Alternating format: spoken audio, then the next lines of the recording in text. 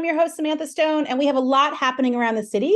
I'm excited to welcome Mayor Scott Galvin, and we're also going to talk a little bit about Friends of Horn Pond and some things that are happening there. Welcome, Scott. Hi, Samantha. So we have to talk today about a lot of things that are happening. The city put out a press release. We've welcomed a number of refugee families into our city this week, and I just wanted to use this as an opportunity to catch people up about what is happening, how we're helping, and clarify some common questions that people have been asking about it. Okay, yeah. So the migrant refugee situation is kind of taken more of a hold in the city of Woburn, and just as some background, about a week ago, or as of last Sunday, Samantha, there was about 10 families thereabouts in the city of Woburn. Since that time, the number has gone to about 50, let's say 60, 59, 60 families spread out in between 3 and 4 hotels in the city of Woburn. And then subsequent to that, we had a conversation with the state where they were planning on opening a shelter at the Sonesta, which is right over by the Dave and Buster's, which would have about 100, which would house 100 families, and be run by one of the, I call it a management company, which would kind of be a liaison between the state, the city, and the schools and public safety, and really a liaison for the migrants who are at that hotel for other benefits and whatnot and stuff. So that is about where we are, and the background on how do we get here is, as I say, it's a couple of reasons. One, because of we have what's called the right to shelter law, which I think you're familiar with. And the right to shelter law is a mass law that requires the governor to or requires the state to provide housing for families and pregnant women who are without housing. So that means that the governor has to find these refugees, migrants who come to the United States, find them housing, and that is the law, and it's the governor's obligation, and there's no local say in the matter. There's no authority to say no, we're not going to accept anybody. It's the governor's obligation, and they're dealing with this across the Commonwealth, where there's about 90 or so other communities with over 20,000 migrants that are currently being housed in similar situations. And the decision is totally by the state and the administration, subject to approval by the hotel owner. So if the hotel owner doesn't want to provide the service, they are not required to or nor obligated to. But there is obviously a financial incentive, and it's about $190 a night per family. So that's up to the hotel owners to decide what they want to do. And I said earlier, the other issue in this is immigration reform at the federal level, which is something that really needs to be addressed, and can't keep kicking it down the road, because that's between that and the right to shelter. And again, the right to shelter makes the Commonwealth one of 3, along with New York and Washington, D.C., that are right to shelter states. So we become a very attractive site for migrants who are, coming into the country. So, and just to be sort of practical terms, so there are certainly big issues around laws and funding and all of that. At this point, the funding is through the state. From a city perspective, however, there are resources that we will use to support these families who have young children in many cases, schools, other resources that are there.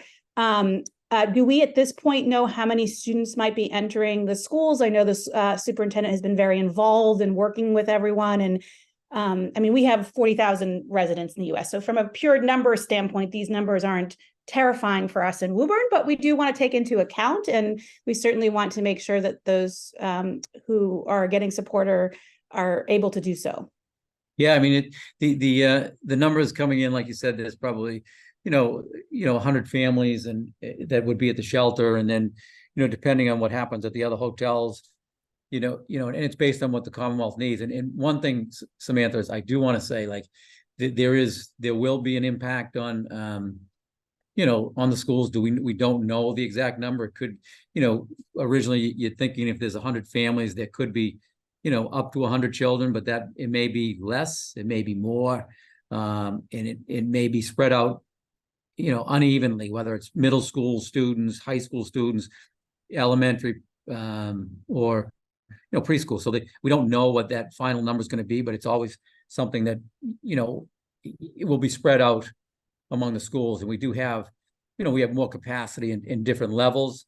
So there, the capacity would be more so that on class size and making sure that, students that get the services they need, to make sure that they can assimilate into the schools and then be, integrate into the community, eventually, become part of the community. And like I said, we do have a growing diverse community, which is a good thing for our city. It's made us stronger. We've always been a welcoming committee, and I think it's kind of a tribute to our community.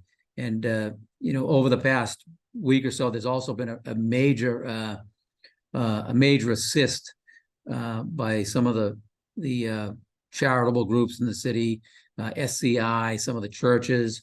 One of our teachers, Kelly Hurley, has been instrumental over there dealing as a liaison, because the state is kind of flying by the seat of their pants with, what they're doing. They do have like a regional coordinator who's helping some of these families that are being dropped at the hotels, but they don't have all the services they need. They're working on doing that, and again, it's been a great assist by the volunteers who are on the ground helping to make sure that is carried through.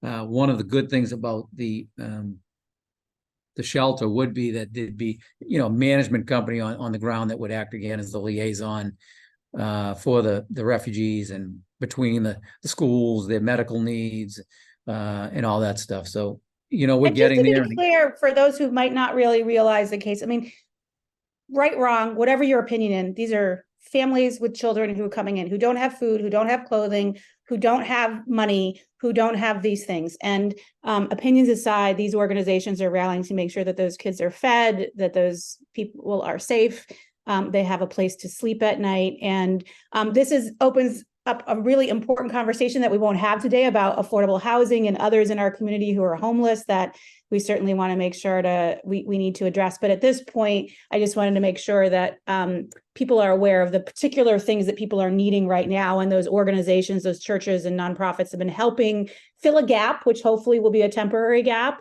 but have been helping fill a gap with some of those basic fundamentals. Is that accurate? I'm not sure I have all the information, so I want to make sure. I think that's a great point. It's accurate, and again, it's a good thing, and that's what Woburn residents generally do. They step up, and this one is no exception. But going forward, that's not sustainable. Obviously, it's it's something that the state is doing and required to do.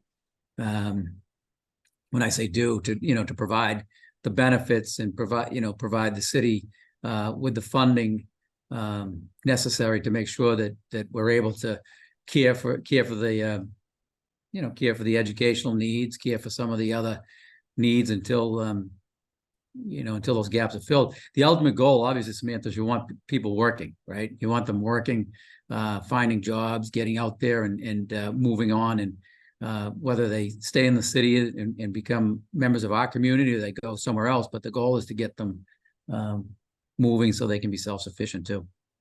Yeah, thank you. And thank you for the update. And I know we'll have lots more conversations about housing and shelters as brought into the more general community. But in this case, appreciate the updates as we get them. We'll talk about them as new information comes in. I know it's a really dynamic environment. I know also lots of people across the city who work in the city have been working with you to make sure that we doing everything we can and sharing all the information we can. So thanks for doing that. Yeah. A couple other things. Really, the only other thing that I had that I wanted to mention was we do have the primary election coming up, and that means that anyone who needs an absentee ballot who might not be here or have circumstances they won't be able to vote on voting day, the deadline for that is coming up on September 1st, and mail-in ballots is even a couple of days before that. So I just want to make sure we as a community are aware of that. And if you need to do that, to make sure they take care of that before the deadline. Good point. Good point.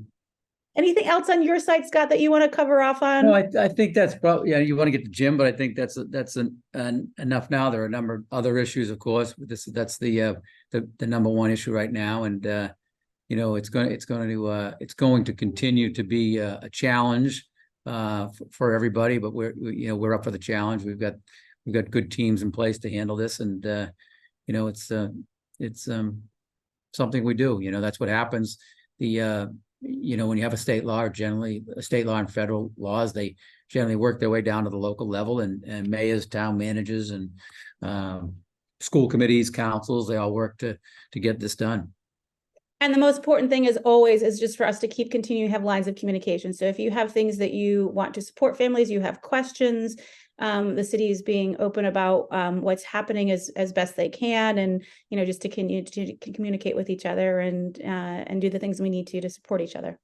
Great, thanks, Samantha. Thanks, Scott. I appreciate it. See everybody. Goodbye. Next up, Jim Joyce. Welcome. Hi, Samantha. Thanks for having me.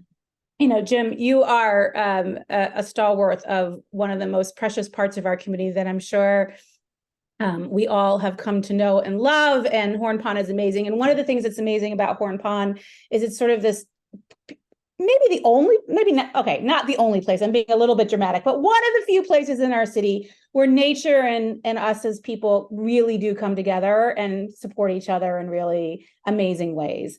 And the community gardens in particular is one of those places at Horn Ponds that brings people and nature together and complements each other, and sometimes raises debates and discussions and things. And over the summer, in everyone's, I think, sincere goal of helping support wildlife, there were some disagreements about how we observe and participate with nature. And I wanted to chat with you a little bit about that to help educate all of us, particularly those of us like myself who really are not the experts in these areas. Sure. And we want to learn what you learned along the way. Well, what I've learned along the way is that, yeah, there's a number of different opinions about how we reach a goal of kind of coexisting with wildlife, coexisting with nature.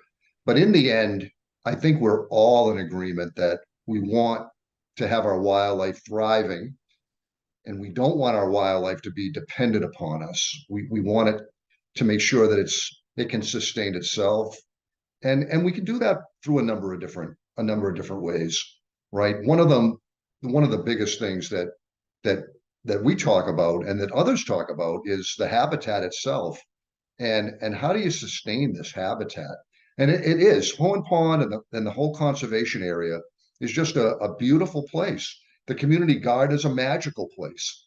And so we want to make sure that that's sustainable for the future, and that the habitat is also sustainable for the future, so that it can, wildlife can thrive in that environment. So there's different ways to get to that, right? And one of the goals that we have is in our group and others is, how do we reduce the amount of pollution that winds up in the brooks, winds up in the lagoon, into the pond? How do we do that? And we've got some action in place right now with a pilot program that we're using to actually intercept debris before it gets to Foul Brook. And we're working with the Conservation Commission and the Department of Environmental Protection to actually set up some capture devices that will intercept this material as it moves its way through the roadways and before it gets into the brook. So ultimately, we'll be able to stop pollution at we want to get to its source, so we have to keep on moving backwards.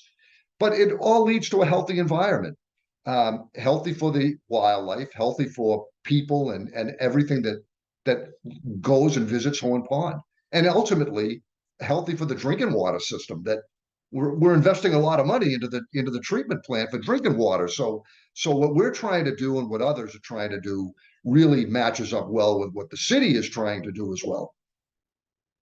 I'm really glad that you brought that. Obviously, we can all do our part by taking things out that we bring in, by picking things up when we see them. But there's also these innovative solutions like you're talking about, where we can use new devices and new approaches to try to capture the stuff that didn't quite get well cared for. Yeah, so it's interesting because the prototype that we have right now and is down at the double bridges, and it was actually made by one of our members that it cost about $50, and it's designed from oil slick or oil spill containment. So just a makeshift device, but it's very effective. And I'd say we set it up at the beginning of April, and now we just cut the data at the end of July, and we've intercepted something on the order of 500 pieces of debris. And this is the debris that would have eventually wound up in the brook, down at the bridge, in the lagoon, in the corners, and we were able to intercept it. So I love that. What a wonderful, easy-ish solution that we're learning from. One of the other things that we as a city have been talking a lot about across lots of parts of the city is, rats and rodents and things. And one of the ways that's a big, complex conversation, and we won't pile that all on your shoulders, Jim. But one of the ways to help with rodent control is a healthy natural predator environment, and healthy birds and hawks, which we are blessed to have many in the Horn Pond area. And so I'd love to sort of get your take on, some of the things that we can do to help protect those natural predators, to help us as much as possible with rats that none of us really want to see hanging out at our homes. Yeah, so nobody wants rats and rodents, right? We just don't. But there's a number of ways that we can deal with those. And much of it is just in sanitation, right? How do you reduce some of the just around your own home? I mean, securing your trash. If you have bird feeders, make sure that the seed is contained, right? That doesn't hit the ground, or sealing up holes in your foundation. And there's a lot of things that businesses can do as well. And much of what is out there for information is all for free. So you can go on places like Raptors Are the Solution or Save Arlington Wildlife, and you can get all of these different measures that can be taken, very simple, inexpensive, that you can do to kind of reduce that rodent population. And again, it's like anything. Rodents come in, they're looking for food and water. So if you take away the food and water source, then they move someplace else. And eventually you hope that they will move out of the area, or they just don't breed, right? So there's another way to control it. But there's a lot of different methods and different materials that can be used that will get away from these anticoagulant rodenticides that are being used. And this kind of segues into there's a red-tailed hawk that's at the community garden. And I had a concern about that red-tailed hawk at the community garden, as well as everything else that lives there. Barred owls, all of the other types of rodent-eating species. We have foxes, coyotes, all of that. And the reason why is because there are so many rodent bait boxes that actually have anticoagulant rodenticides in them, which has a direct impact to non-target wildlife, domestic pets, children, people, and the entire habitat. So I'm just going to have you pause for a minute. For those folks who aren't familiar, I think some of us know what that is. But basically, these are the very common rat poisons. When you go into any hardware store, you buy anything online, any department store, and you buy a rat poison and you leave that out in a bait box, or you leave that out in some ways, what happens is wildlife, it does kill the rat, but sometimes the wildlife eats the rat that was poisoned. And so therefore, they have the effect, the same effect happens to them that effectively happened to the rat, and it's sort of carried through the food source. Is that a fair way of describing it? Yeah, that's a very fair way to describe it. And the ones that can't be purchased over the counter can be the ones that are most lethal, and the ones that are most commonly used now by pest control companies are the second generation anticoagulants, but you can buy them online. So there's some EPA laws that are in place, but there's a loophole in it, So you can buy this material online, and it definitely affects anything that eats that rodent. And the other part of it is that it doesn't dissipate out of the body of whatever ingests it, and it can stay there for up to 6 months. So it's as lethal today as it was 2 or 3, 4 months ago. And the more they eat, they hit the point of no return. Hawks and owls, coyotes, foxes, those are really rodent-eating species. They're the ones that are most affected. So the more that we can take that type of material out of the environment, the better off we'll be. And it will also help to promote the growth of hawks and owls and other rodent-eating species. So you get the benefit of population growth, rodent control, without the need for anticoagulant rodenticides or rat poisons. Yeah, thank you for chatting through that. I know that's a really important issue.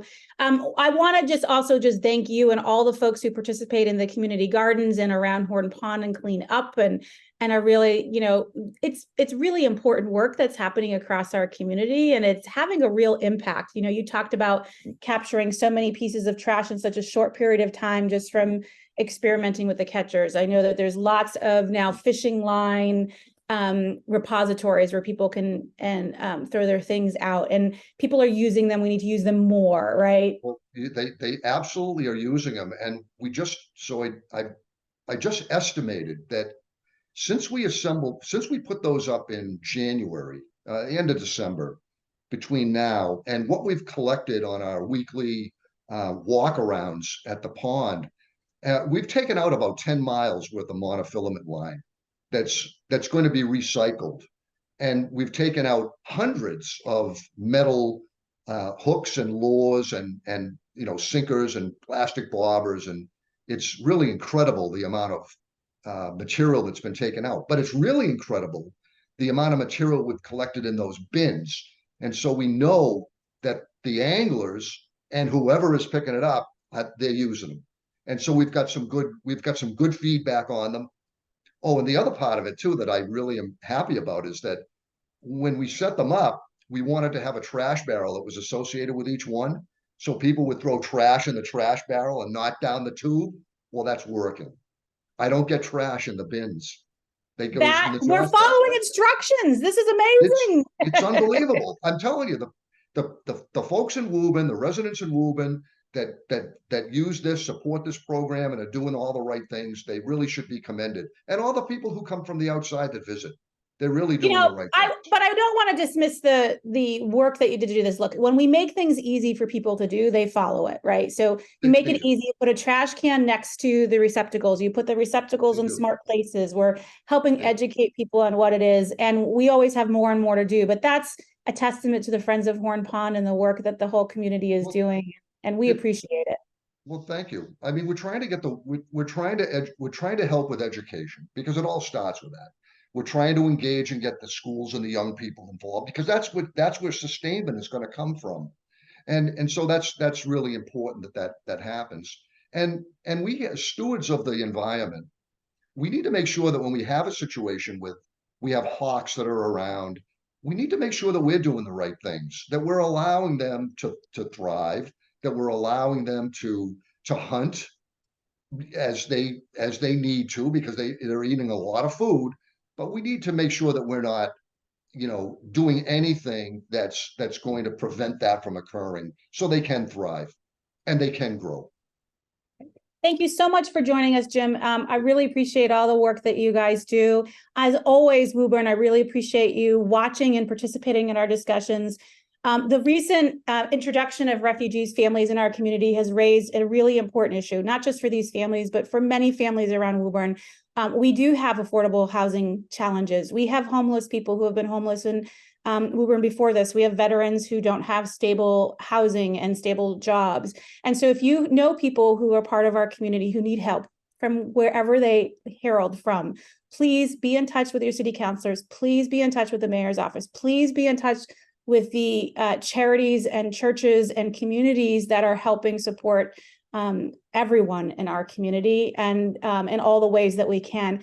Please continue to take good care of each other.